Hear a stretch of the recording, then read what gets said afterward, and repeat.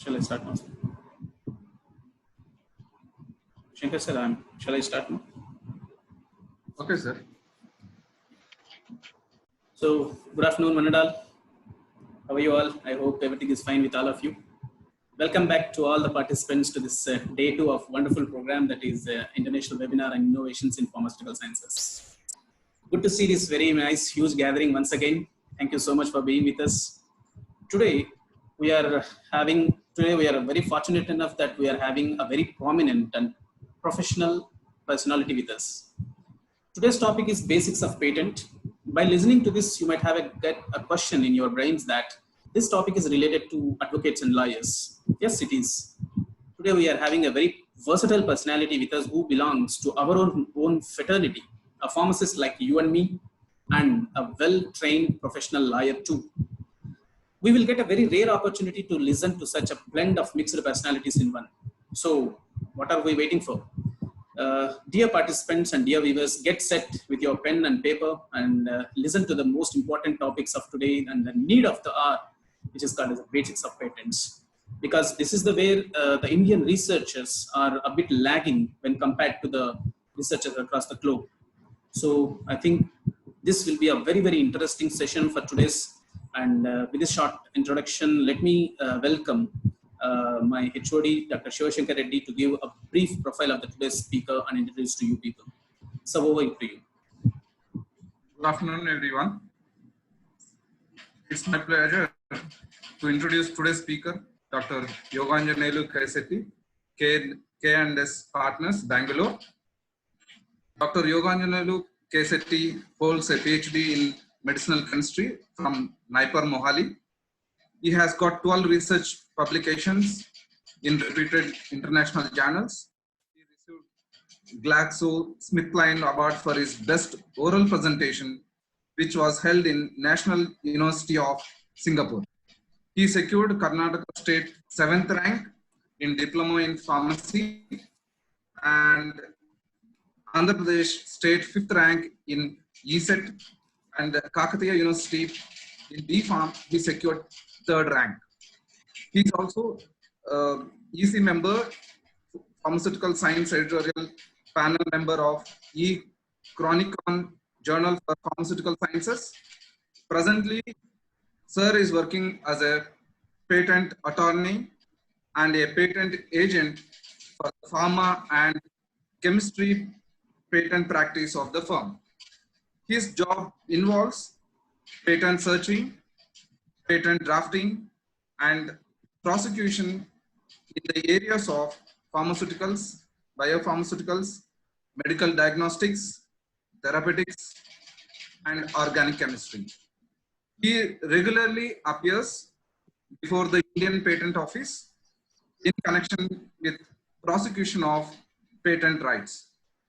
So with this, I welcome Dr. Yoganjaneyulu Kasetti garu to speak on this topic, basics of patent. Over to you, sir. Thank you, sir. Sir, let me tell you just a couple of points to our viewers. So, dear participants, the session will be open at the end. You might, if you have any type of queries and if you want to interact with the speaker directly, just raise your hands in the Zoom itself by giving a reaction in the Zoom. Then your mic will be unmuted and you can have a conversation directly with the speaker. So kindly, I request all the participants to restrict your queries to 1 and 2 as we are having more number of questions at the end of the session. Thank you so much and have a good time and just listen to the speaker. At the end, the session will be open for the discussion. So over to you, sir. Thank you. Okay, thank you. I'll just share the presentation.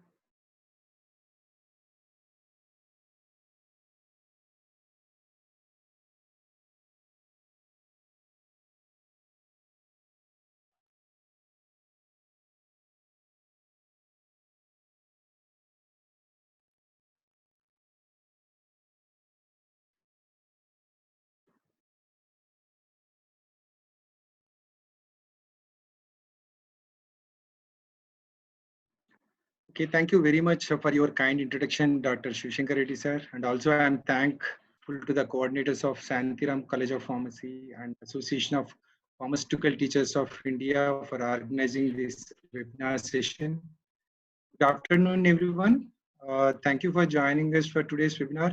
Myself, Dr. Yoganjaneyulu Kasetti, and I'm working with K&S Partners as a senior associate. So before delivering the presentation on basics of patents, initially I would like to provide an overview about our firm K&S Partners.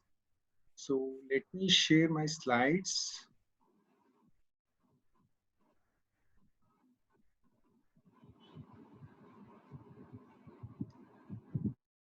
So hope you guys are able to see my screen. Yes, sir. It is visible, sir, and you are audible. Yeah, sure. Thank you. So we'll see initially about overview of K&S Partners. So K&S Partners is an intellectual property law firm.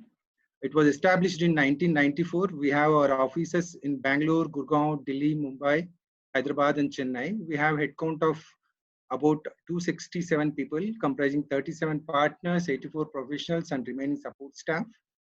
The firm has been ranked as a tier 1 IP firm in the country, and the firm has the vision to be the finest IP firm in India. And let me tell you about the kind of patent-related services that we provide for our clients. So we conduct inventor capturing sessions with the inventors of any invention. Generally, we have clients from academia and industry. So generally, we discuss with them about their inventions, and we suggest them how to go about an invention, and we suggest them how to take it forward to file it as a patent application. And we also conduct patentability searches to ascertain whether an invention is patentable or not based on our analysis. And also we draft patent applications for our clients. We file those applications and we prosecute them with Indian Patent Office when examiner examines such applications. We also file oppositions, and we also conduct invalidation searches. We also have the service where we carry out patent mapping, and we conduct freedom to operate searches, technology landscape searches. We also involve ourselves in portfolio development of our clients. Also, we involve in IP strategy. We also provide strategies on trade secrets to our clients. We also involve ourselves in licensing and assignment of patents. We also maintain the renewals of patents periodically. So we have clients from academia and multinational companies. For example, if you see in academia, NIPER is also one of our client, IITs and IISc, JNCS. So all premier research institutions are our clients. And of course, multinational companies are also our clients. So we have expertise in different technology areas. So people are from pharmaceutical sciences, chemical, petroleum, green energy sciences, polymer technology, nutraceuticals, biochemistry and biotechnology, mechanical engineering, software engineering, electronics and telecommunications, etc. So I'm providing all this information just to you guys get some an idea what kind of work we do and who we are. Otherwise, if I just start giving the presentation, maybe you may not be knowing that to whom you guys are listening. So just I thought of giving this information.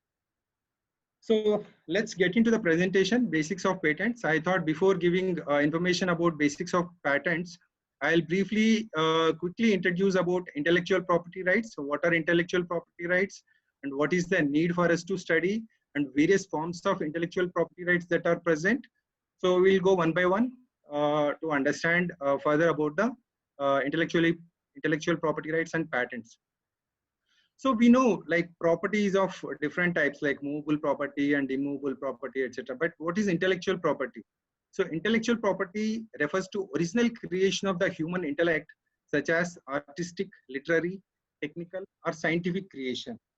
So if a person creates any product or movie or music or any book, then that person gets right for bringing that product, movie, music, or book for the society.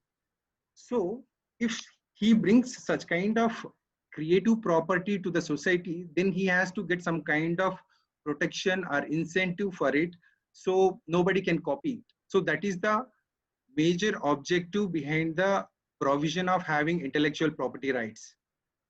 So let's see what is intellectual property right. So intellectual property rights relates to legal rights given to the inventor or creators to protect his invention or creation for certain period of time. Okay, so these are the legal rights given by kind of law. For example, if a person writes a book, he'll get a copyright law. If a person invents a medicine, then he gets a patent protection by patent law. So in that way, if he contributes intellectually and he something to the society, so as an incentive, government provides some kind of protection for him for a specified period of time. So that is where that intellectual property rights play a major role. Original creative works that have economic value are protected by law. Intellectual property, which is a creation of human mind, that is protected by the government in a fashion similar to real property. For example, a piece of land. So generally, land is protected by property law. Similarly, copyrights are protected by copyright law and patents are protected by patent law.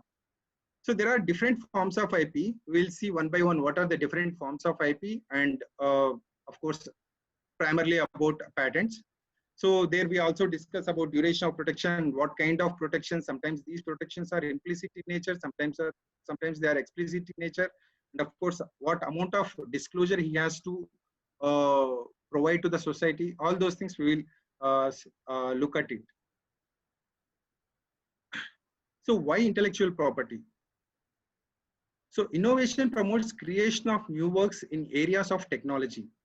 So we had a couple of decades back land phones, and later we got mobile phones. So there is an evolution of technology, and there was a further evolution in the technology. Nowadays we got smartphones. So over the time there is a improvement in the technology because of evolved thinking. So evolved thinking happens because of creativity which is there in the minds of the inventors.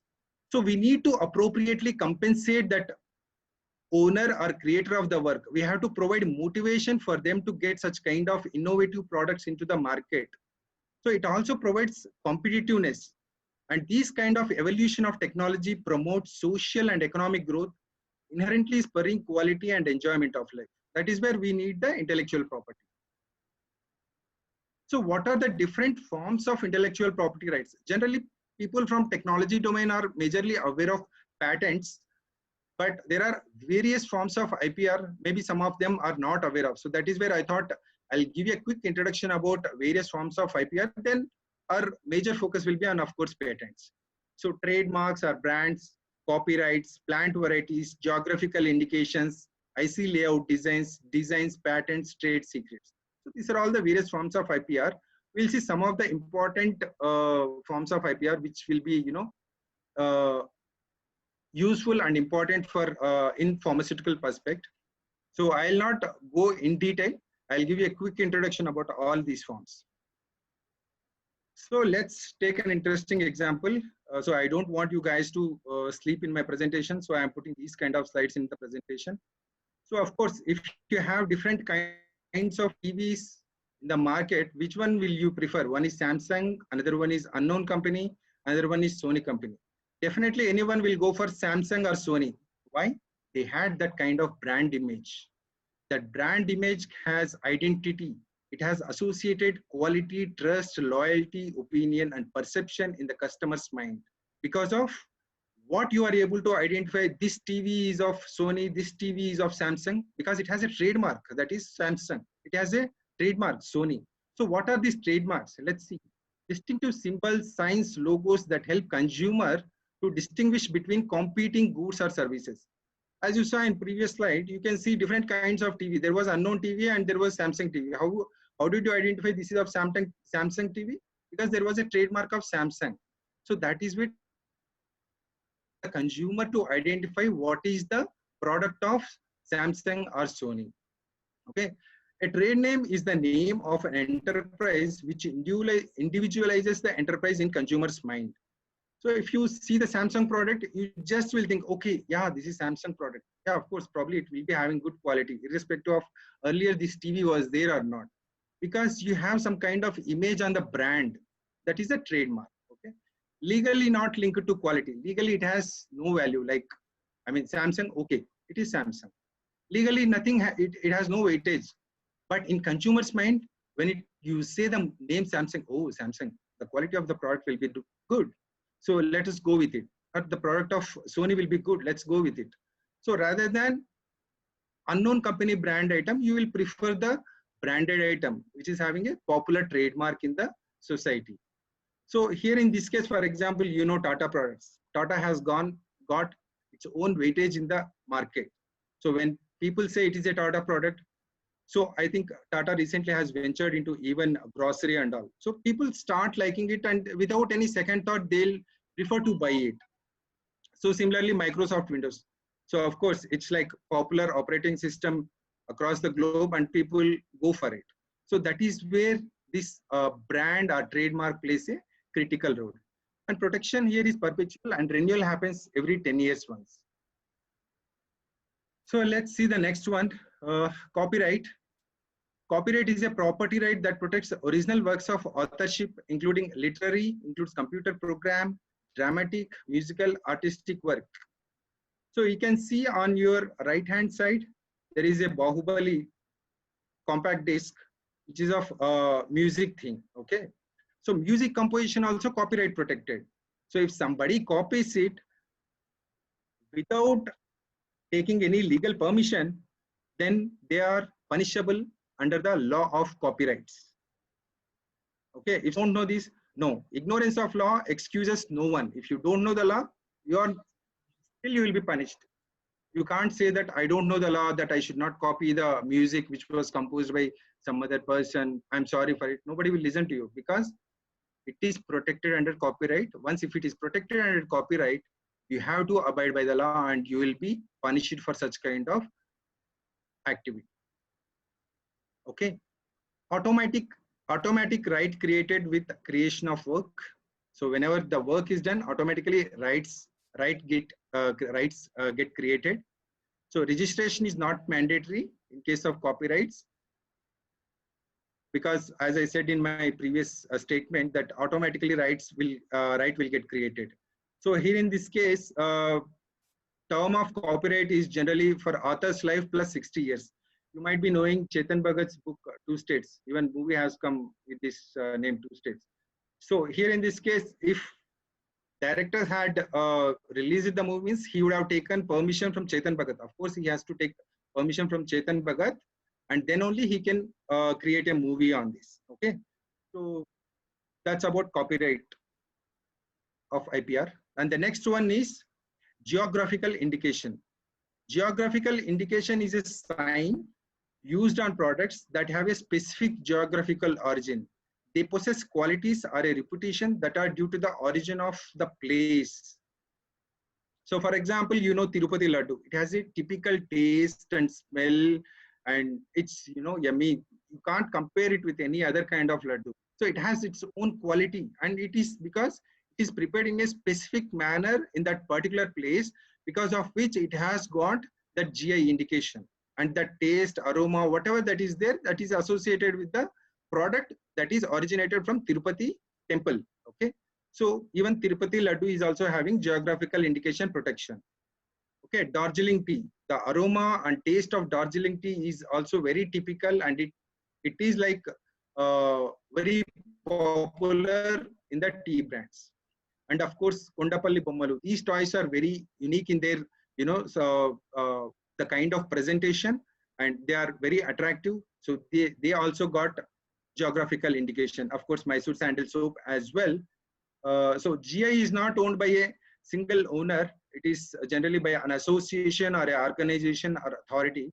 Here 10 years of protection will be given, and then perpetual on renewals, which means that it will keep on going. So the next one is about designs. The ornamental or aesthetic aspect of an article that enhances visual appeal and differentiates the product. For example, shape, configuration, pattern, ornament, composition of colors, 2D or 3D in nature, nothing technical actually here. So for example, you can see a chair here. This looks something different to that of the regular chairs which we use. So it has got its own shape and composition of some kind of arrangement, and its configuration. It is completely different. And of course, even you can see the water jug which is present next to it. It has a kind of pattern of lines which is typical. and it is generally you can't see on any jug, and even the curvature which is present on the jug is also very typical. Similarly, you can see all the Pepsi bottles, Pepsi tin, so they're all having different kind of shapes. So all these are protected under the Designs Act.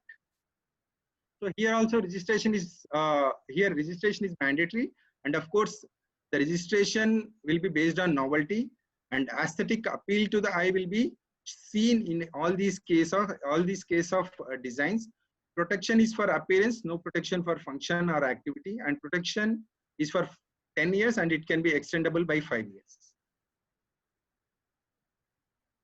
So you can see different mobiles will have different kind of pattern and different kind of shapes and different kind of appearances. Even water bottles, you can see distillery will have different kind of shape, whereas Kenlia will have different kind of shape. And also the pattern which is there on the, line patterns which are there on the bottles also unique and completely different. They will not match also.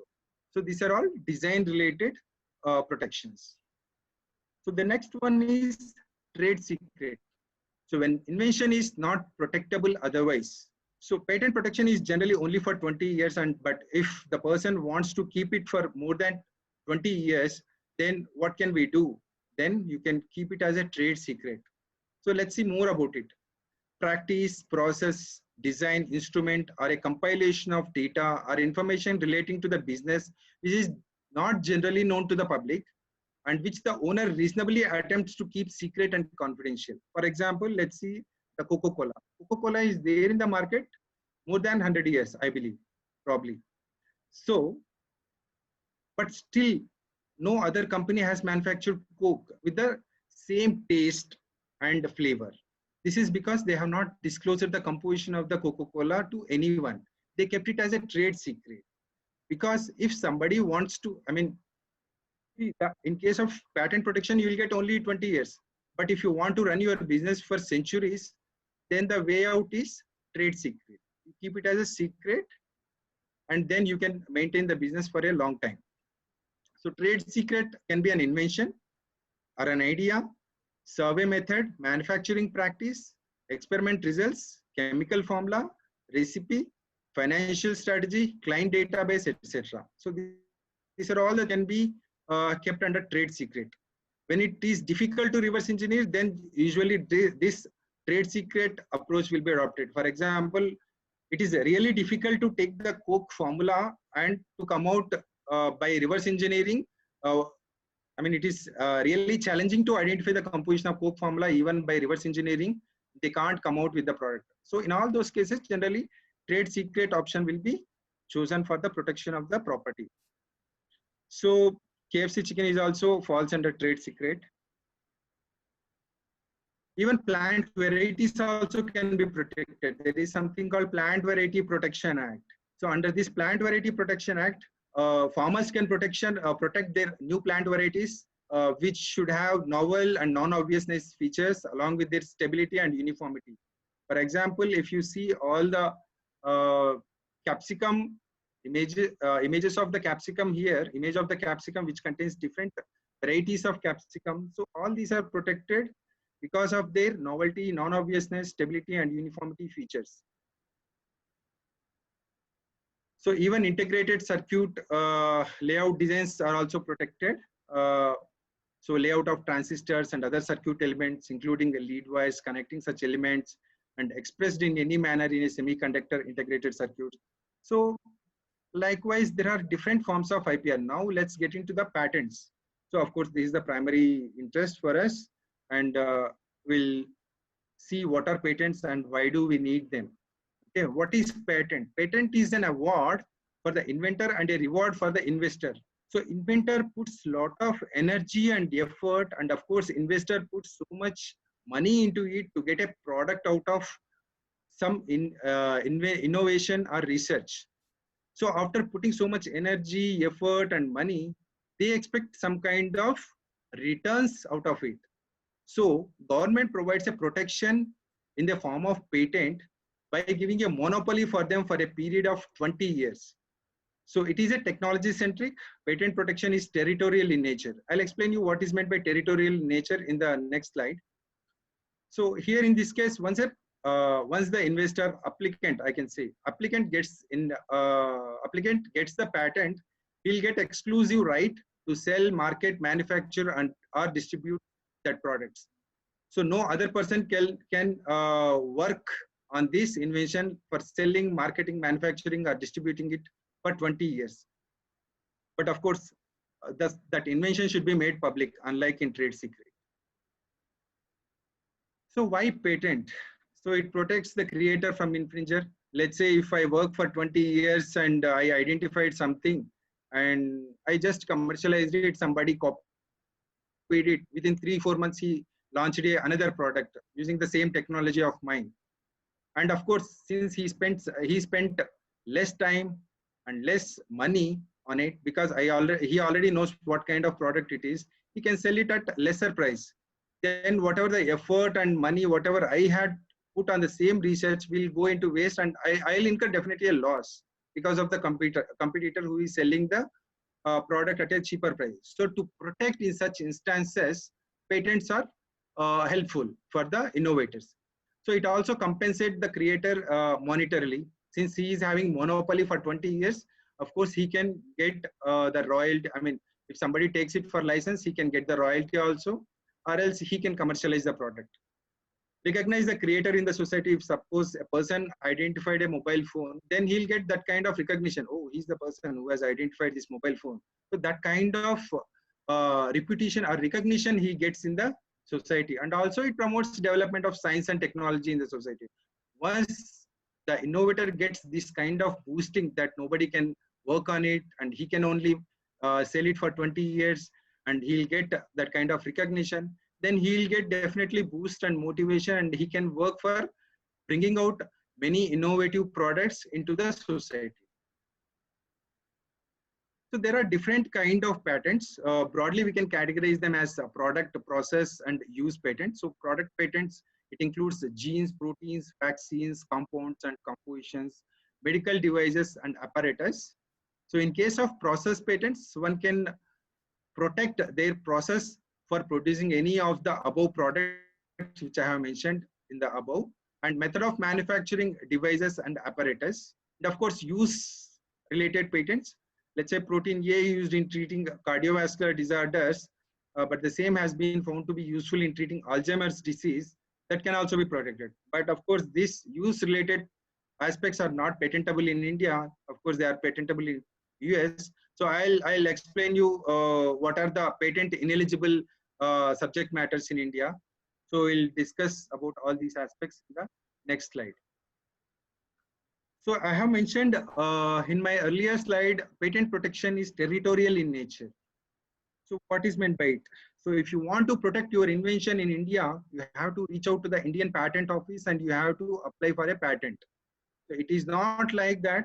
If you want to protect your invention in US, if you want to protect your invention in Europe, you can't just apply something called world patent. There are people who just think that you can apply for a world patent and you can get protection across the world, across the globe. No, that is not true. If you have to file your patent application, if you have to get protection of your application in US, to reach out to the US Patent Office. If you have to get protection for your invention in Europe, you have to reach out to European Patent Office. There is nothing called world patent, and you have to reach out to the individual patent office when you want to protect your invention. Okay, let's see more about Indian Patent Office and the overview of it. So we have Indian Patent Office headquarters at Kolkata and remain other offices in Mumbai, Chennai, and Delhi. And if we see the hierarchy of the Patent Office employees, they are like Controller General, who looks after the controllers, and controllers who looks after the examiners. So each controller will be from a different technology, like one from engineering, one from his life sciences, one controller is from the let's say pharmaceutical sciences, like that. There are different kinds of controller from a different technology backgrounds who will examine the patent applications when you apply for a patent. Okay, what is appropriate office? So appropriate office means, since we have 4 offices, in which office we have to file our patent? So that's the next question which will come up into our mind. So wherever you are reside, according to that particular location, patent office will be decided. Let's say I am in Bangalore. Okay, so my patent office jurisdiction is in Chennai.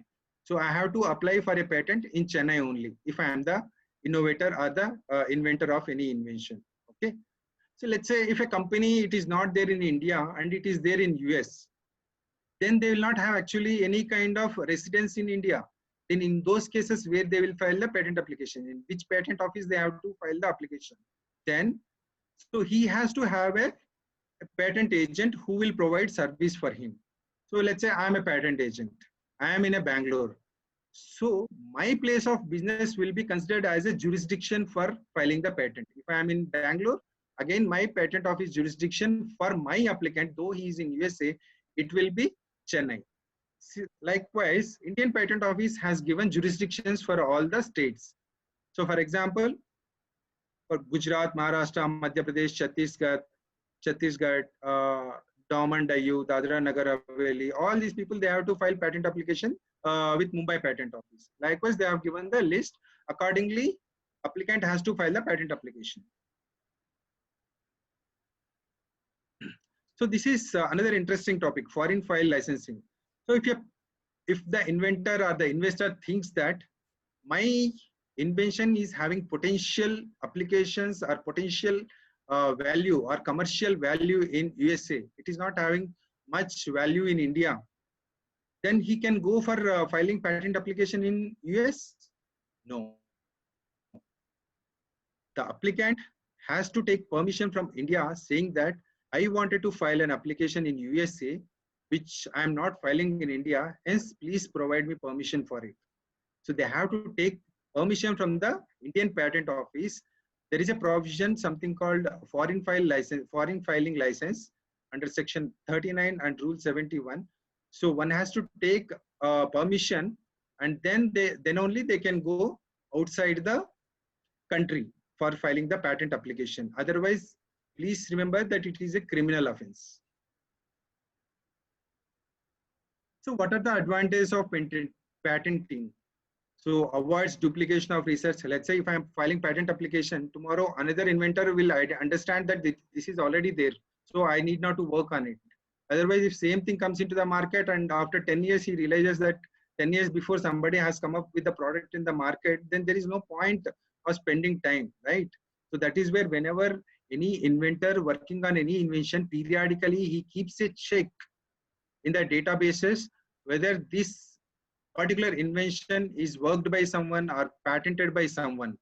So once if they realize somebody is working on it, they will work around the invention. They will tweak their innovative work so that it will not already reported work will not become a prior art. I'll let you know what is meant by prior art in the next slide. So the patenting also encourages the inventions, as I said, because it gives a motivation that you can become the only person who can sell the product and commercialize the product for 20 years, and you can get the monetary benefit and you get some kind of recognition in the society. Because of all those inventions, all those aspects, investors will get the motivation.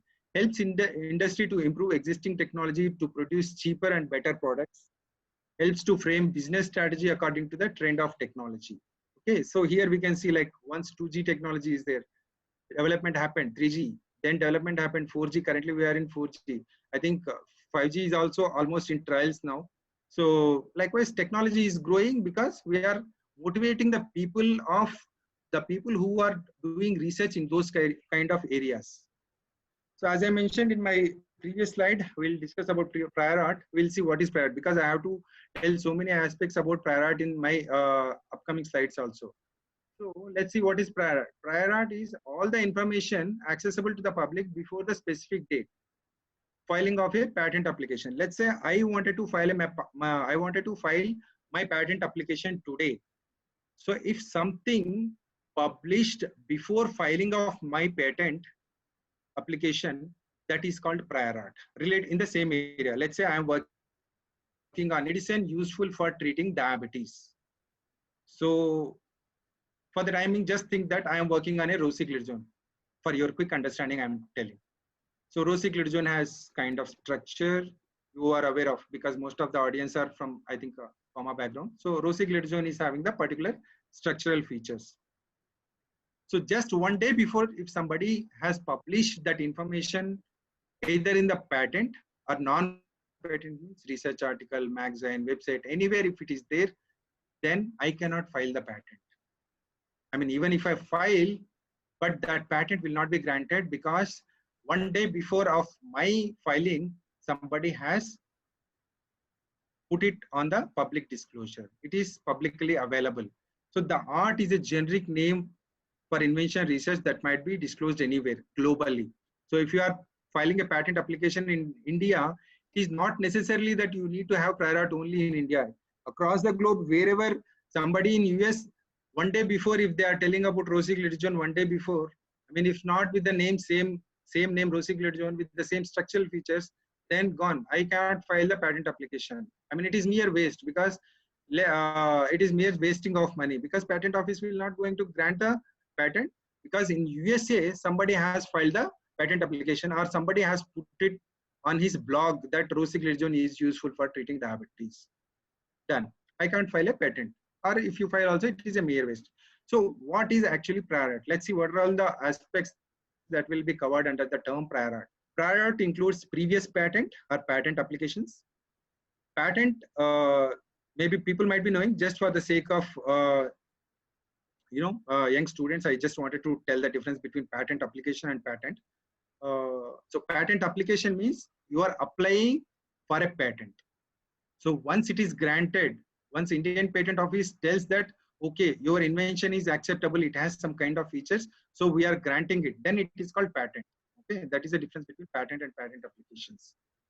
So if there is any information related to that, either in patents or patent applications, or if it is published in articles, journals, magazines, supplier formulations, consumer products on the pamphlets, and if it is there in any website or blog, online publication, if it is told something in radio or television, public demonstrations like posters, seminars, etc., wherever such kind of information is available, then that will act as a prior art. Okay, so I'll tell you some interesting story about prior art. So see this particular US patent. This talks about use of turmeric in wound healing. You can see probably the title of the present this application, US patent, not application. So this was filed in 1993 and it got granted in 1995. And this talks about use of turmeric in wound healing, which means once a person gets a protection on a patent, then no person can use the turmeric for treating wound. You can't apply that turmeric on any cut if it happens on the any person's body. So that is the consequences of this patent. Let's see what happened. So turmeric, we know turmeric is a plant root commonly known in India for centuries.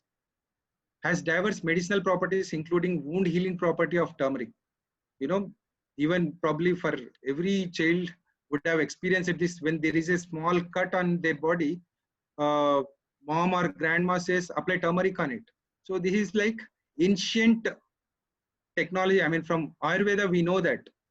So but unfortunately US patent number 5401501 was granted in 1995, which I have showed in previous slide. So what it talks about wound healing property of turmeric, but this is commonly known and traditionally used in India. So then this patent was challenged by way of re-examination at US Patent Office by CSIR. All you guys might be knowing about CSIR. It's a government of India body. So apparently CSIR approached us, K&S partners. CSIR approached K&S partners. Then our US associates, US colleagues who worked on this, and we have provided the documents to our US associates to represent the case in US Patent Office, saying that from 1800s onwards, use of turmeric for treatment of wound is already known. After looking all these documents, evidentiary documents, all claims eventually cancelled by US Patent Office. That patent was cancelled. It means, so all the claims were cancelled. So because otherwise, as I was mentioning, the consequences of that patent is 20 years from 1995. Nobody can use until 20 years, like till 2015, nobody could have used turmeric for applying on any wounds or any kind of incisions, cuts, etc. So Government of India has actively responded, and we could cancel away with all the claims which were filed in this particular patent. So similarly, then our Indian Patent Office developed a traditional knowledge digital library, which is called TKDL in 2001. It has 34 million pages and hundreds of thousands traditional extracts and formulations. So it talks about a lot of Ayurvedic formulations which were developed probably in Charaka Samhita. All those things were incorporated so that if any person comes up with this kind of patents, those will not be granted under TKDL in India. But of course, if it is granted somewhere also, we can actively fight and we can get the cancellation of claims. If we can prove the prior art, then we can cancel the claims. Okay. So prior art search can be done in several free websites and paid databases. IP India is the Indian Patent Office website, and USPTO, eSpaceNet. All these databases are available. Of course, paid databases are also there.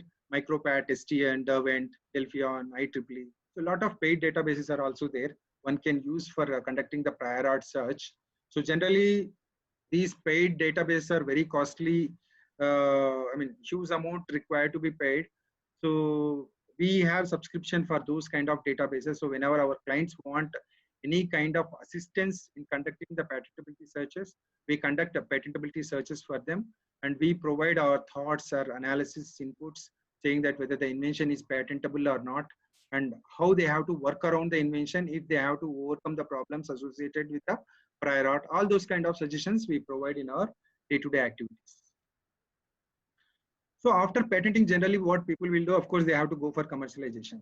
So a lot of academic institutes, they generally don't go for filing patent application because they do not find modes of commercialization. That is the major drawback.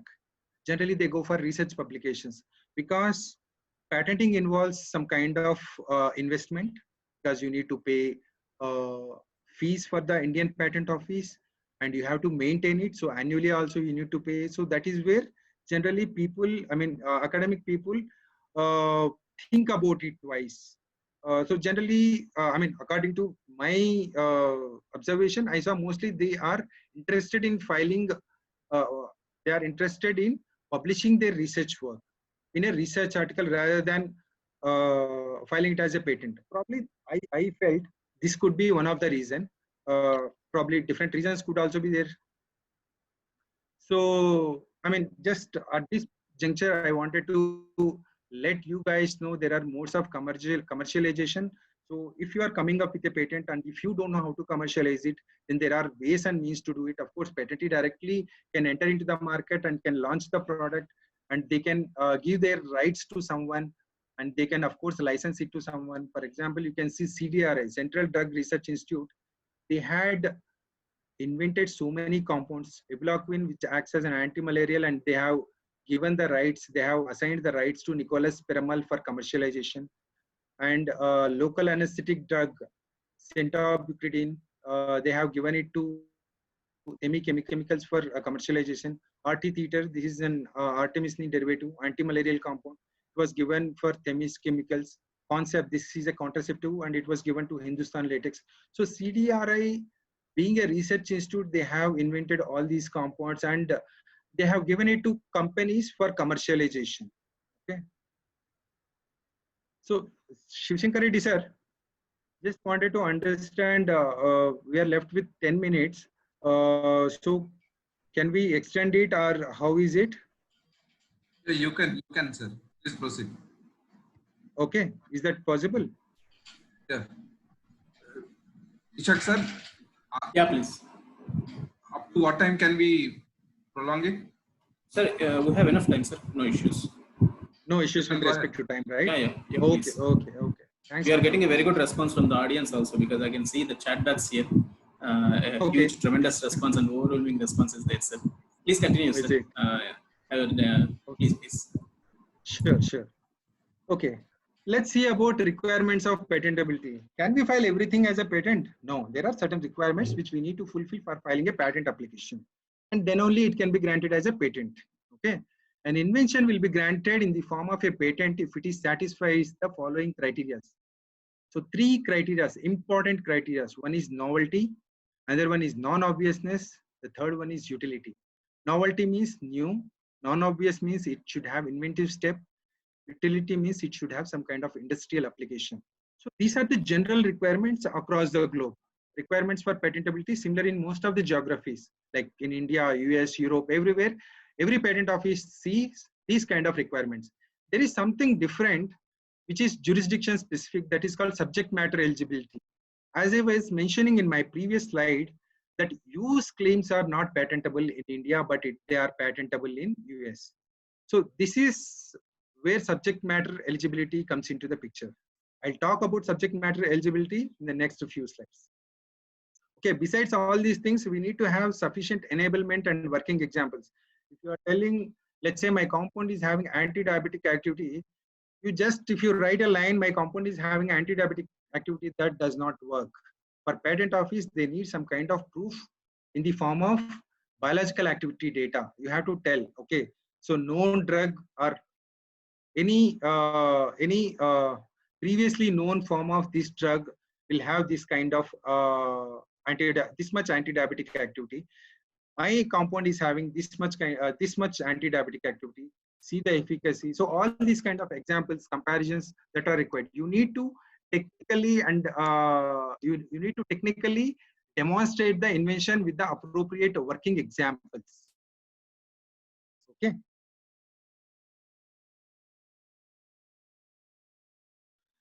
So let's see about more about novelty. A proposed invention will be considered as a novel if it has not been known in the very form anywhere in the world. Means it should be completely new. If it has at least one new element or a combination that has new element before being publicly disclosed in any art, or if it has not been disclosed in a single document in the same form, an invention is either novel or not novel vis-a-vis art. So all these things are required to be noticed. So I'll explain with each statement in the next slides with the kind of illustration, so that it will be more clear for the audience. So generally, to destroy the novelty of invention, the publication and disclosure must be clearly and explicitly show the whole of invention. So I'll just take a general example, not right now, very technical example. I have a pen. So till now, nobody was knowing about the pen, and I am the first person who invented the pen. Before that, people were knowing pencil. So, but if you see the function of pencil and pen more or less same, that is writing. But of course, there is a drawback that with the pen, if you write, you can't again erase it.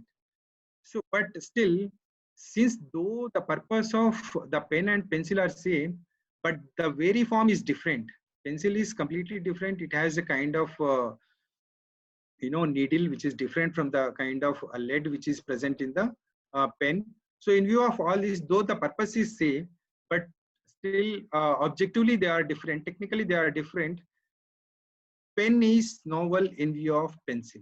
Okay, this is very general example, but let us see more technical examples in the upcoming slides. See, there is a pesticidal composition which contains components A, B, and C. That is prior art, which is already there in the art, which is known to everyone. Now I have come up with an invention that contains components A, B, C, and D, right? So in view of this, it is novel because the D component is not there in the prior art. So is this complete? If you have novelty, is this enough for filing patent? Let's see in the upcoming slide, we will see about that. Let's take one more example about novelty. Since I am a chemist, I am more inclined to take chemistry examples. So, okay. Now see the prior art compound is compound 1 and the invention is compound 2. A new compound is compound 2. Now the question is whether this compound is novel or not. Yes, it is novel. But you can see there is a lot of similarity in the structure. It has a pyridine ring here. Compound 2 is also having pyridine ring. Compound 1 has dimethyl amino. Compound 2 is also having dimethyl amino ethyl group. And there is a phenyl ring. Yes, there is a phenyl ring. Only the difference is chlorine group. Just because of the chlorine, we are getting the novelty. So is it sufficient enough? No. Is this sufficient enough? No, because we have remaining features also to consider whether the invention can be patentable or not. We have fulfilled one criteria, novelty, but we need to even fulfill non-obviousness, or it should have the feature of inventive step and industrial applicability and even subject matter eligibility. Let's see more now. So far we have done with novelty. We'll see. Okay, there is some more additional information about novelty.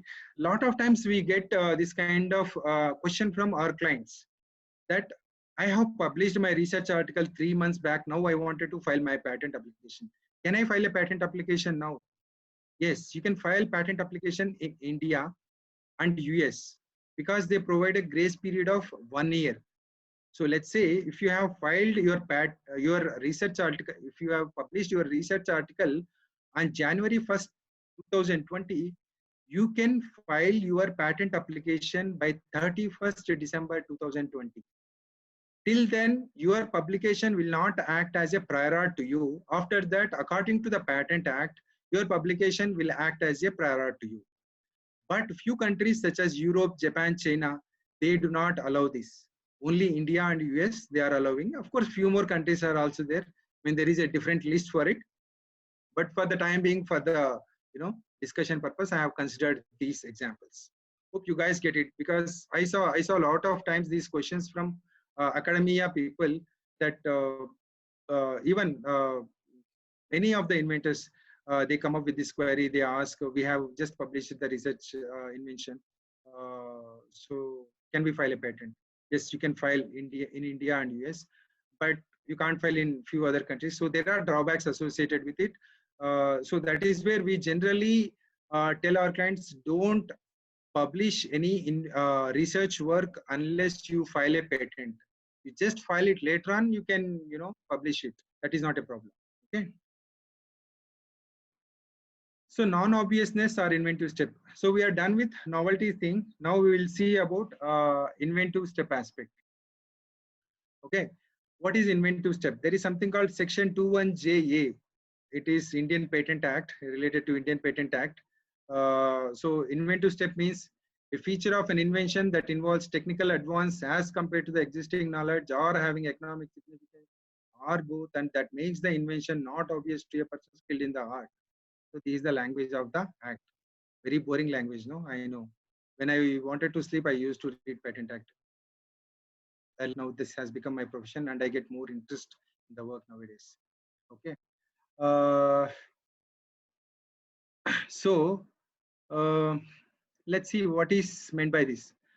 Better than existing technology or technical advancement. If you are coming up with an invention, there should be some kind of update in that.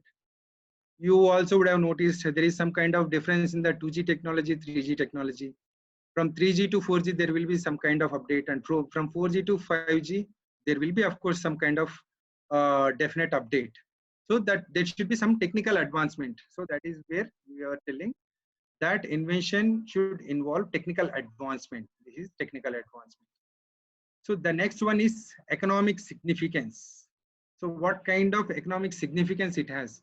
Whether it is reducing the cost or time duration, or it has improved biological activity, what kind of economic significance it has? Let's say when you talk about biological activity, if previously known drug requires 10 mg to produce the biological activity, and if you are coming up with the invention which will be able to produce the same kind of biological activity with 5 mg, you are reducing the 50% of the dose. So there is a significance, economic significance, right? So how it is economically correlated means, because the cost will be reduced, where you are taking 10 mg, that will cut down the cost to 5 mg. So that is where the improvement, that kind of economic significance you can see. And also, of course, results are extraordinary in nature. And of course, you should have followed the entirely different approach, which means that person skilled in the art should not be able to think it. So that is the kind of differentiating factor that you need to follow to get a drug. Let's say there is already metformin, which is there as an anti-diabetic drug. So the mechanism of action of anti-diabetic, how it provides a anti-diabetic activity is different. And if I am coming up with the rosiglitazone, so it acts as a PPR gamma receptor, agonist, right? So it has completely different approach in demonstrating the anti-diabetic activity. So that kind of different approach needs to be there when you are showing the biological activity. So similarly, according to the technologies, so these are all technology centric. So I mean, that person skilled in the art will be able to differentiate. That is why patent office has people from different technology people, because they will only be able to assess whether it is non-obvious or obvious, right? So if any pharma invention is given to me, then I'll be able to quickly tell that whether it is obvious or not, right? So that is where technology domain people will be there in this kind of field. Okay, so let's see a few examples about inventive step. So a pesticidal composition comprising A, B, and C, and the result shows that pest mortality rate is 50 to 60%. Okay, now I have come up with an invention, a pesticidal composition comprising A, B, C, and D. We saw it in the novelty section, and results show that pest mortality rate is 80 to 90%. You can see there is an improvement in the pest mortality rate. So it was like 50 to 60%, and because of the component D, it has become 80 to 90%. So inventive step can be acknowledged in this case. Whereas if let's say even after the incorporation of D also, pest mortality rate remains 50 to 60%, then in those cases, the examiner will tell, patent office will tell that this particular invention is not having any kind of inventive step. So you need to demonstrate this kind of improvement in your activity. That is what in my previous slide I told, there should be some kind of extraordinary results. So then only the inventive step test can be passed by your invention. Let's see one more example. So which we saw in the earlier slide. So compound 1, which is having same all these groups, pyridine, phenyl ring, dimethyl aminoethyl chain. So it has demonstrated and provided the results that there is a reduction in the tumor growth when it is administered to cancer patient, and there is a reduction of 30 to 40% tumor growth reduction was noticed. But when I come up with the compound having extra chlorine on the molecule, I saw there is a increase in the reduction in the tumor growth. So tumor growth has reduced 60 to 70%. So there is a considerable improvement in the anti-cancer effect of my drug. So then it will pass the inventive step.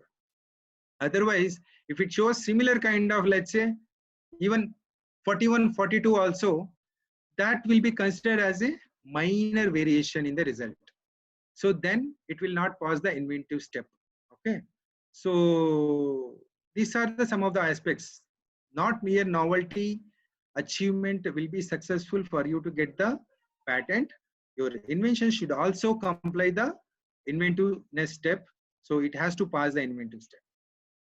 Next, let's see about the industrial application. Of course, this will be usually there. If you are coming up with something, of course, without thinking any utility, you can't get the patent. So what does it mean? Invention is capable of being made or used in any kind of industry. So if you are having something that should be useful or that can be applied somewhere. If I am coming up with some chemical molecule, that should be that should either act as a medicine, or that chemical molecule should act as a intermediate compound. Sorry, act as an intermediate compound for preparing a drug, or it should act as a intermediate compound to prepare some kind of polymer or anything, some kind of application you need to show. But use claims are not allowed. So you need to show it in the examples, but not in the claims. Okay. Let's see if we see more, we'll get more about it. So there is something called subject matter eligibility. As I said in my earlier slides, there are 3 common requirements: novelty, inventive step, and third one is the industrial application. and the jurisdiction specific feature, which is subject matter eligibility. So subject matter eligibility talks primarily what is not patentable. So in this, we need to primarily see Section 3 and Section 4 of Indian Patent Act. Let's see what are those things. So Section 21G, it talks about invention, which says a new product or process involving inventive step and capable of industrial application can be patented. So that is what we saw in all our previous slides. It should be novel, inventive, and industry. It should have some kind of industrial application. Now we are seeing the exceptions. What are those exceptions that were given in Section 3 and Section 4 of the Indian Patent Act? So Section 4 of the Indian Patent Act talks about inventions related to atomic energy, which means defense. So somebody wants to, prepare bombs, atom bombs, etc. Those kind of things. So those are not allowed for patenting in India. Okay. So don't work on any such kind of things. Okay. Then Section 3. So Section 3 contains 15 subsections defining what is not patentable in India. Okay, which are related to prejudice to public health, discoveries, new forms, new use, new properties of known product, mere admixtures, method of treatment, plants, animals, traditional knowledge. So there are 15 subsections. So I have actually taken all the slides, but what I'll do is I'll discuss more wherever which are relevant to pharma people much, because we are already at 4:08 now it is. So I'll talk more which are related to, pharma related patents, etc. So first one is Section 3A. It talks about which are frivolous inventions, like unworthy of serious attention, inappropriately silly in nature. Like a person comes up with an invention saying, my machine gives output without giving any input. So if you don't give input, how you will get output? So those kind of inventions are not patentable. So which are against public order or morality. So like, for example, method of committing theft, like how to do theft or burglary, or method for counterfeiting currency notes, method of adulteration of food, method of cloning life forms. So these are all against public order and morality, right? So these are not allowed because they affect the human health. If you are cloning life forms, it will affect human, animal, or plant life. So in those cases, I mean, which are prejudiced to health. So if they are evaluated properly, it is allowed. But if they are prejudiced to health, they are not allowed. So Section 3C talks about a mere discovery of a scientific principle or mere formulation of abstract theory. So all these things are not patentable. Maybe we'll see Section 3D. We'll discuss more about it at a later slide because that is very important for pharma people. So let's say another one, Section 3E. If you are combining two known ingredients and if you are telling that I have a product which is new composition, for example, paracetamol and ibuprofen, which were already known individually, but combination of paracetamol and ibuprofen was not known. So please consider it as a new. Then that is not considered because you are doing mere admixture. It is like any skilled person in the art can do it. So it will not pass the in fact inventive step also, and even it is not allowed under Section 3. A combination of two substances where the combination merely provides the additive effect of two substances. So I think pharma guys usually know what is meant by synergism. So when you are doing composition, when you are preparing a composition, that should show synergism in their activity. If you are coming up with a combination of two active substances which will have additive effect, that is not patentable as per provisions of Indian Patent Act. So Section 3F, I think this is about batteries and all, maybe not required. Method of agriculture and horticulture is also not patentable because as I mentioned in my earlier slides, plant related things can be protected under Plant Varieties Protection Act. So I mean, if there are any plants, this is method of agriculture. Method of agriculture and horticulture cannot be protected under Section 3H because it has some other kind of provisions where one can go for protection. Section 3I, this is more related to pharma guys. So Any process for the medicinal, surgical, curative, prophylactic, diagnostic, therapeutic, or other treatment of human beings, or any process for similar treatment of animals to render them free of diseases or to increase their economic value or that of their products. Right, again, this is language which is sitting in the patent. So I'll just explain what it is. So method of treating malignant tumor cells. So if you want to answer, then that is not patentable. Method of vaccination, that is not patentable. But you should remember, method of treating malignant tumor cells is not patentable, but that compound per se useful for treating, that is patentable. You can protect it as a compound, or you can protect it as a composition. Let's say paracetamol as a tablet, you can protect it, but how to use the paracetamol, that you cannot protect. So that is called method of treating. Okay, method of vaccination, that is also you cannot protect. So vaccine you can protect. Method of applying that vaccine you cannot protect. So maybe you can think, what is this? Looks a little abnormal or else silly when you look at it the way, because this is to primarily protect the doctor, because doctor administers the injection, so he should be protected that he cannot be subjected to kind of offense where he has infringed the patent.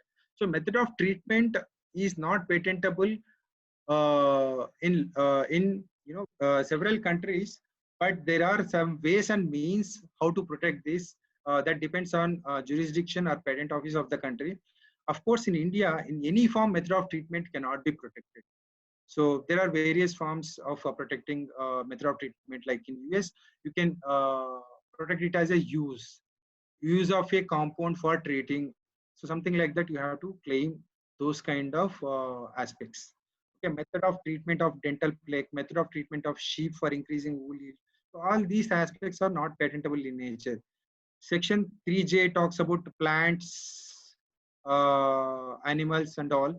So plants, as I earlier mentioned, as per Plant Variety Provisions Act, one can protect their new plant varieties. So that is where that is not patentable under as per the provisions of Section 3J of Indian Patent Act, but it can be protected under Plant Variety Protection Act. So of course, these are mathematical methods that cannot be protected, literary, dramatic, musical, artistic work. So these are all can be protected under copyrights. So that is where they can't be protected under Patent Act. A mere scheme or rule of method of performing mental act. So these are all the things which are, not patent eligible subjected matter. Next, section 3P is also important for pharma people. So let's see what is it. An invention which in effect is a traditional knowledge or which is an aggregation or duplication of known properties or traditionally known component or components. Let's say, for example, you know about the let's say you know about the turmeric. Just now we saw the example of US patent where they have filed for the patent for treating wound using turmeric. So those kind of patents are not allowed. They are objected under section 3P. So let's say even if your product contains they successfully establish novelty, inventive step, industrial application, but still if it does not pass the patent eligibility subject matter, then that invention will not be granted as a patent. We'll see one interesting example taking at section 3D. I have not mentioned about the section 3D because it is very important for pharma people. So that is where in detail I am discussing about it. So the mere discovery of new form of known substance. So let's say rosiglitazone is there. I'm coming up with the crystalline form of rosiglitazone. Earlier it is known as a amorphous form. So that is called new form of known substance, which does not result in the enhancement of known efficacy. Let's say amorphous form is producing 10. Just consider the numeric number 10 efficacy. If my in quantification, if the crystalline form, if it shows efficacy 20 in units, then it is allowed for a patent. Otherwise, no. Like it has to show improved efficacy of that substance, or the mere discovery of new property or new use for the known substance, or of the mere use of known process, machine, or apparatus unless such known process results in a new product or employs at least one reactant. Okay. So Act also has provided what are new forms of known substances. So let's see what are all those. Those are like salts, esters, ethers, polymorphs, metabolites, pure form, particle size, isomers, mixtures of isomers, complexes, combinations, and other derivatives of known substances shall be considered to be the same unless they differ significantly in properties with regard to efficacy. Well, this is again patent language. Let's see with examples. It will be more clear for you guys. Okay.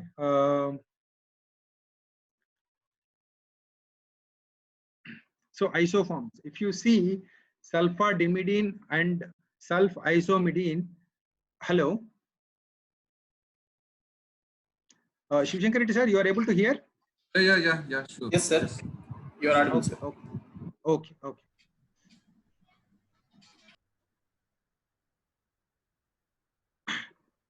So if you see structurally, NH2 is common, benzene ring is there, sulfonamide is there, SO2 NH2 is there, and if you see this ring system is having different arrangements. So these are called isomeric forms.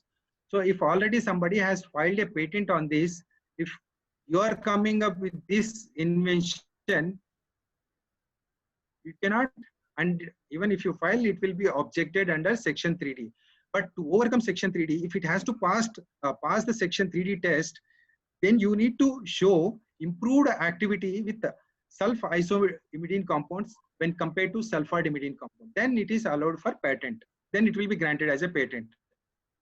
So even in derivative forms also. So if, for example, benzodiazepine is there, nordiazepam is there. If you remove methyl group from diazepam, it is called nordiazepam.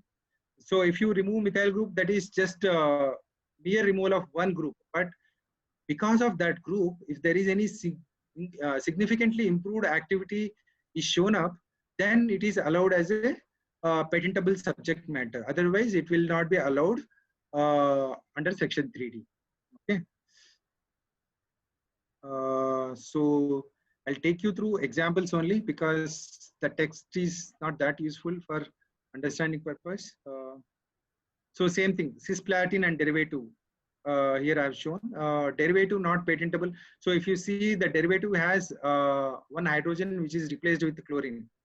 So cisplatin attached with chlorine, by removal of hydrogen. So that is the derivative. So such derivatives not patentable unless significantly improved efficacy shown vis-a-vis the known substance parent compound. So let's say cisplatin is able to reduce the tumor size, for example, 50%, or derivative should show at least 80% reduction in the tumor growth. Then only it can pass the section 3D. So you might see some kind of correlation between section 3D and inventive step. Yes, that is possible for pharma inventions. But again, it varies with the technology. But here apparently there is some kind of correlation. Sometimes it correlates with section 3D and 21J, 21JA, inventive step. So there is another illustration. Roche's parent compound, that is patented compound, erlotinib is there. Erlotinib hydrochloride is Tarsiva, not restricted to any polymeric form. So they are not restricted to any polymeric form. So it is granted in USA, but rejected in India under section 3D, failure to show enhanced therapeutic efficacy. So Cipla has come up with erlotinib with a different polymorphic version. Although erlotinib was initially filed by Roche, but in USA it is granted, but in India it is not granted, but it has, because it has not shown improved efficacy. Okay. So similar example is with Merck and Merck versus Glenmark. So sitagliptin is Merck's patented compound useful for treating diabetes. Patent for phosphate and monohydrate form was filed by Glenmark.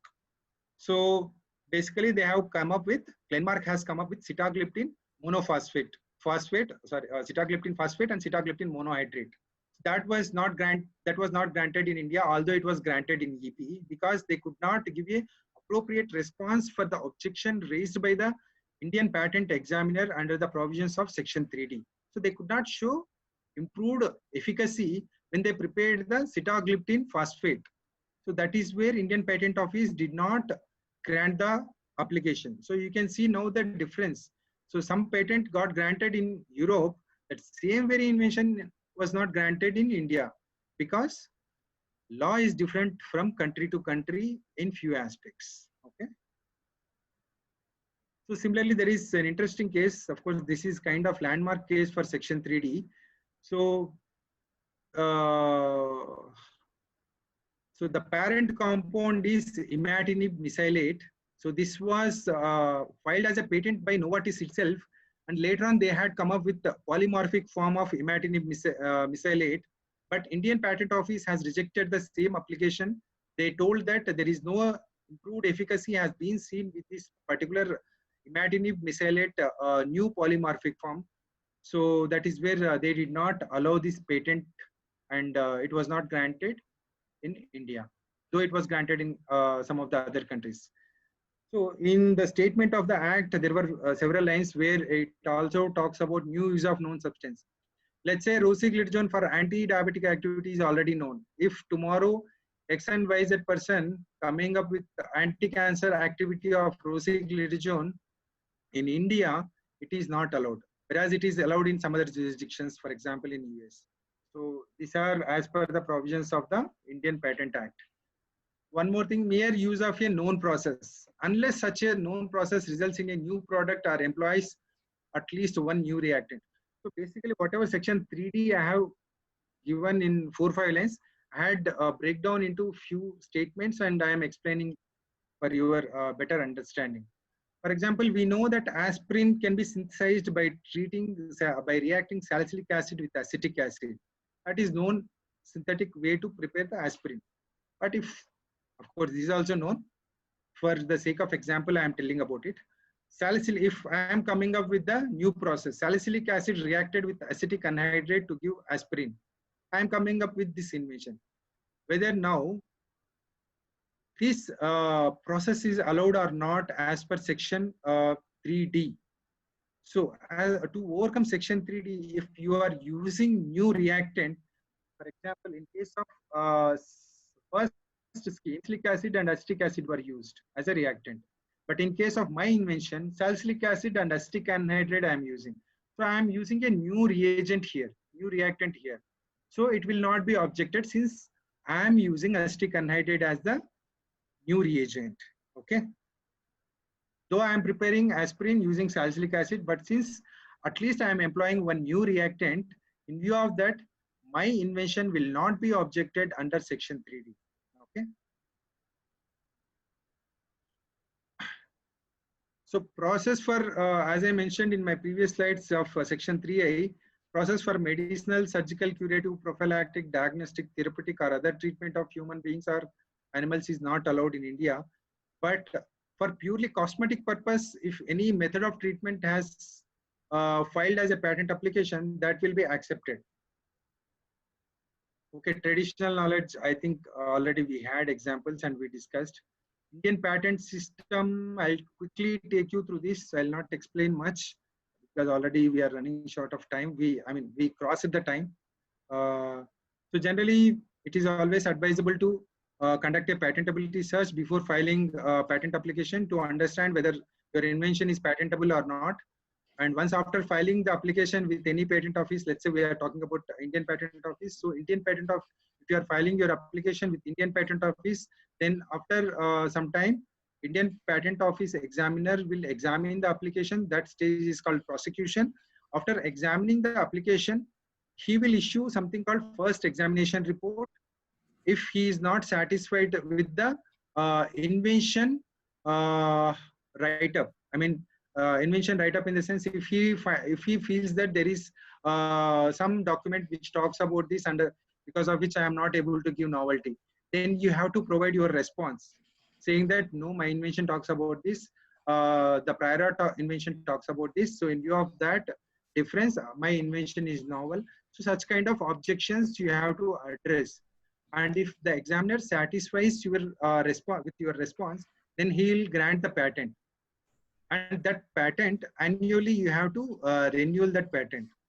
Okay, so that is how patent filing, prosecution, grant, and renewal process happens in India.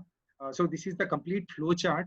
I mean, whatever that I have explained, that is in the flow chart from here.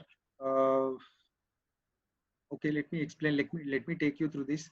So filing the patent application with the patent office, then you have to request for examination.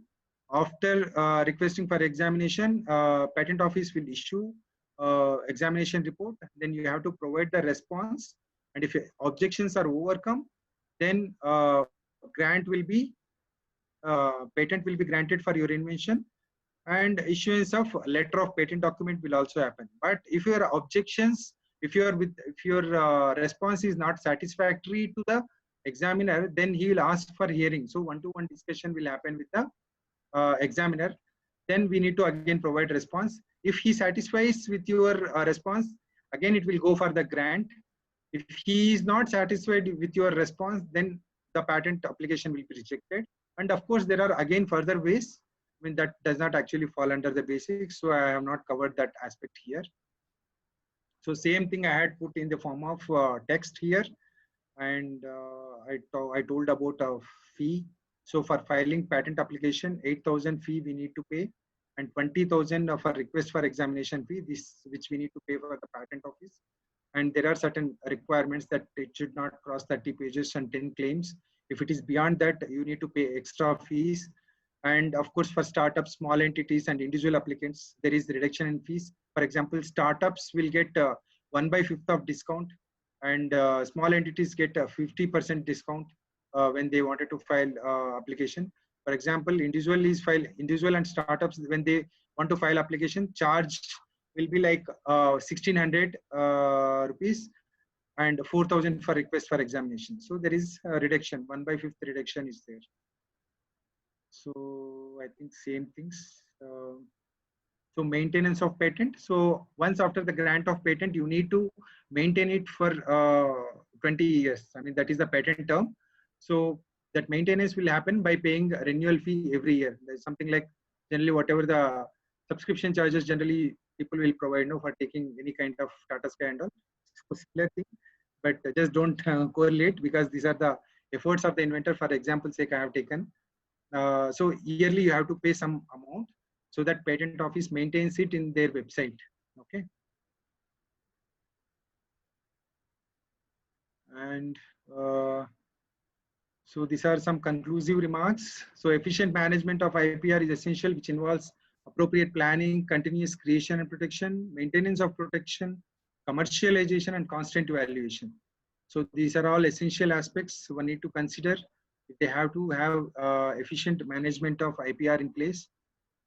Okay, happy to take questions. Thank you for your kind attention. Hope nobody has slept in my presentation. Thank you so much, sir. Thank you so much, sir. Thank you. It was an overwhelming response in the chat box. I can see, sir. I was unable to respond all the messages. I'm extremely I was thinking sorry people will sleep in my presentation. No, sir. No, sir. Actually, the session is very interactive and session is very nice, sir.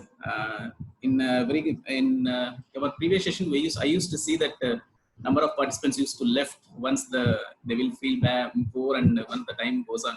But quite interestingly, here in this session, the participants are there time to time. They are increasing in numbers, sir. I'm happy to see that. I mean, people are interested on the patent topic. It's very interesting. This is what I feel is this is a need of the hour. What exactly the researchers has to think over it. Right. Shivashankar sir, I think you have an option called poll option. Please. Yeah, the session is open now. If anyone of the participants wants to ask the questions and queries, just raise your hands in the participants. Then your mic will be unmute. Then you can have an interaction with the speaker directly. Vishak sir, I'm launching the poll. Yeah, please, sir. You go ahead, sir. Sir, we will take the first question from Muhammad Junaid. Okay.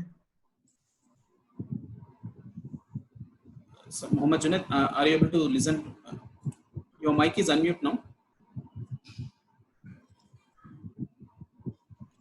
Shivashankar sir, I think it's with you only. 1 minute. Please unmute the mic of.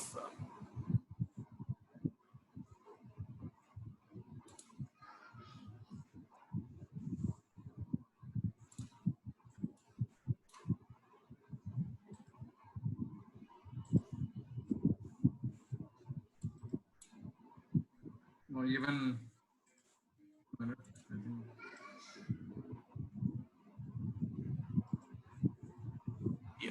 Sir, I will take the questions from the chat box directly. Okay. One question from Nagaraj Bandaru. He's asking that, good evening, sir. I have applied one patent. How much time it will take for approval? So which country that all details are required? I am assuming probably it is India. So if it is India, so usually there was a huge backlog and it was taking around 3 years to 2 years. But of late, I mean, patent office is very active. I mean, it was active, but now the backlog is coming down. And of late, we have seen even patent applications which were filed 6 months back also, or we are getting first examination report from the patent office. So now it is very fast. I mean, So there might be some cases where it was, I don't know, there could be certain reasons why it was not expedited. But yeah, generally now Indian Patent Office is very active. Sir, do you mean to say that is there any less manpower at Indian Patents Office or any other patents office in general, or it is a procedure like that it is going to delay? So recently, of course, when Modi has come into this, he has recruited a lot of Indian examiners. Now there is no problem of manpower and all. Now, yeah, I mean, expedited examination is happening actually. And in fact, there are certain provisions. When we comply those provisions, Indian Patent Office quickly reviews. There is expedited request for examination. There are two ways to request for examination. So one is regular procedure, another one is expedited request for examination. So in that channel, one can go for expedited request for examination. Then patent application will be examined, on a quicker note. Yeah, Nagaraju Bandaru, you can speak now.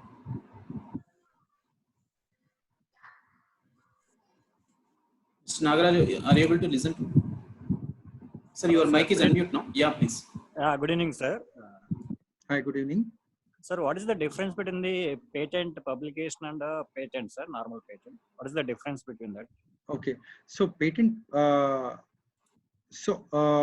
are two things. One is patent application publication, another one is granted patent publication.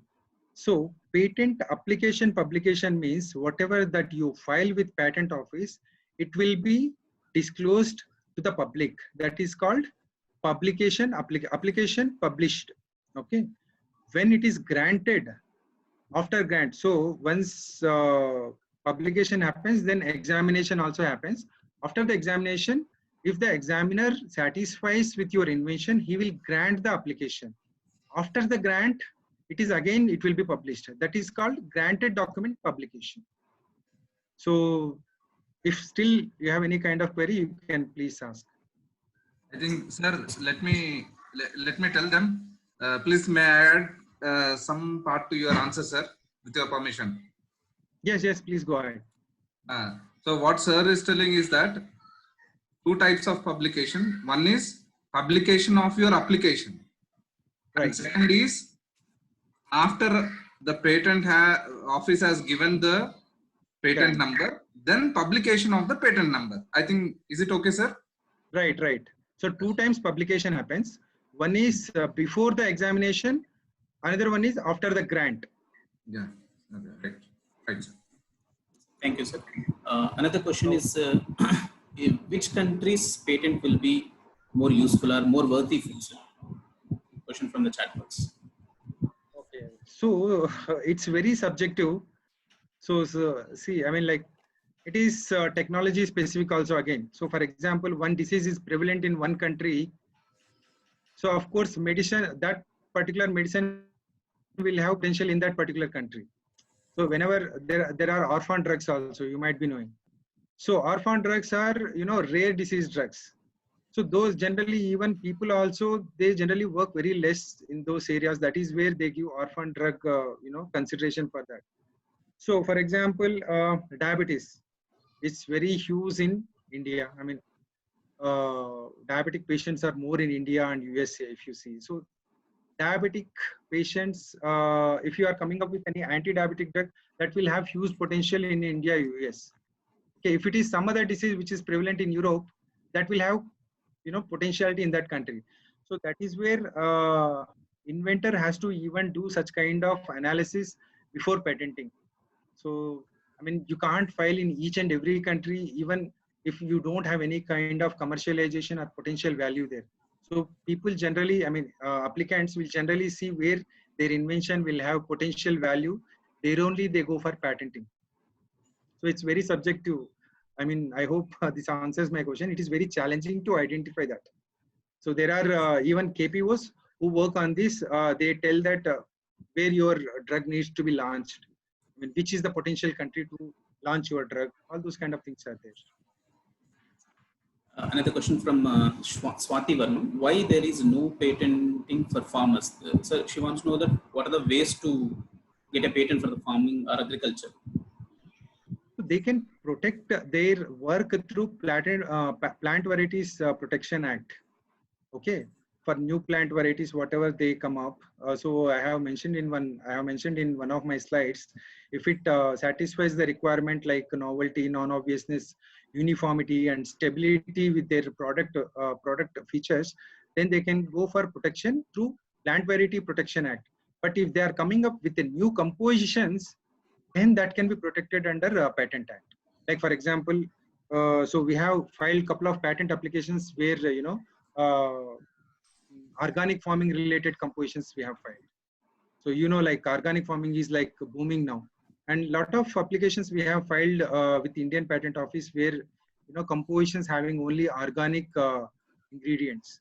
So that is also there. So you can of course file composition. I mean, fertilizers all can be filed, but not plant variety as such per se. That can be protected under different law. Anyway, you are getting the protection, right? Thank you, sir. Hope this another question addresses the query. Yes, sir. Yes, sir. Another question from Kiran Mai, whether combination treatments in cancer are eligible in applying patents? Combination treatment, see, to the country, in India, method of treatment is not allowed in any manner. Okay. In US, of course, yes. In US, you can file in the form of use. Use patents are allowed. So you can say that use of cancer drug A plus cancer drug B can be employed for treating so and so cancer. If there is any specific cancer like adenocarcinoma or any cancer that you can mention. And so, yeah, it is country specific. Few countries allow, few countries do not allow. But since we are in India, and of course, as an Indian patent agent, I can tell that India does not allow method of treatment related patents. But if you want to claim for composition of A and B, yes, you can go for it. But you need to remember that you need to show synergism. That is the requirement. Right, sir. Thank you so much, sir. We have still very many number of responses as we are running out of time. We can't enable to take all these things. Your wish up to what extent you want to go ahead. Yes, sir. So yeah, this was a wonderful presentation. Words are not enough to say. Just thanks, because how much I am satisfied. Of course, I feel the same with all the participants by seeing the huge response over there.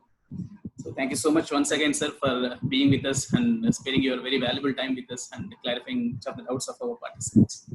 And I request all the participants just to be with us, and please allow us a couple of days for generation of your certificates. Your certificates will be mailed to you, to your registered mail IDs.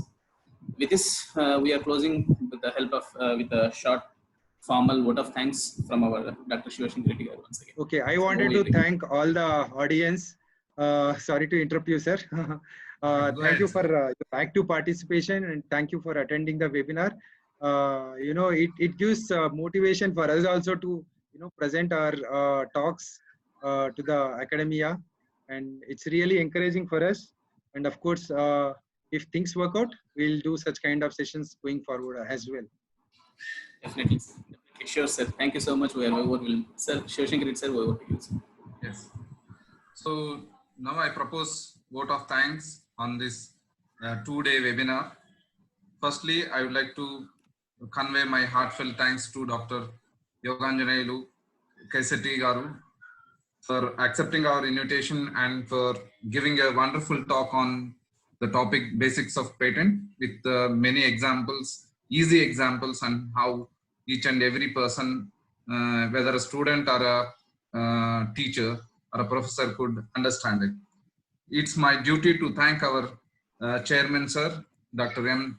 Santhiram, sir, for providing facilities and for the encouragement. It gives me an honor to thank our principal, sir, Dr. Santhiram, sir, for encouraging and providing all the necessary conditions and for inviting the eminent speakers on this 2-day seminar.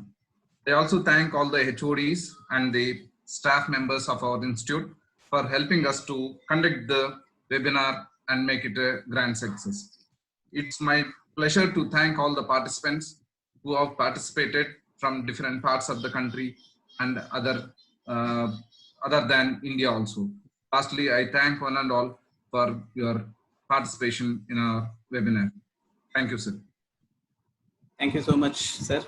So that's all for today. Thank you so much for all the participants for being with us for the 2 days. It was a very nice session. I once again thank Yoganjaneyulu sir for being with us and sparing his valuable time with us, sir. Thank you so much once again, and thank you, and be safe and be positive and be alert. Signing off, thank you. This is your Dr. P. Muhammad. Thank you, sir. Jai Hind. Thank you, sir.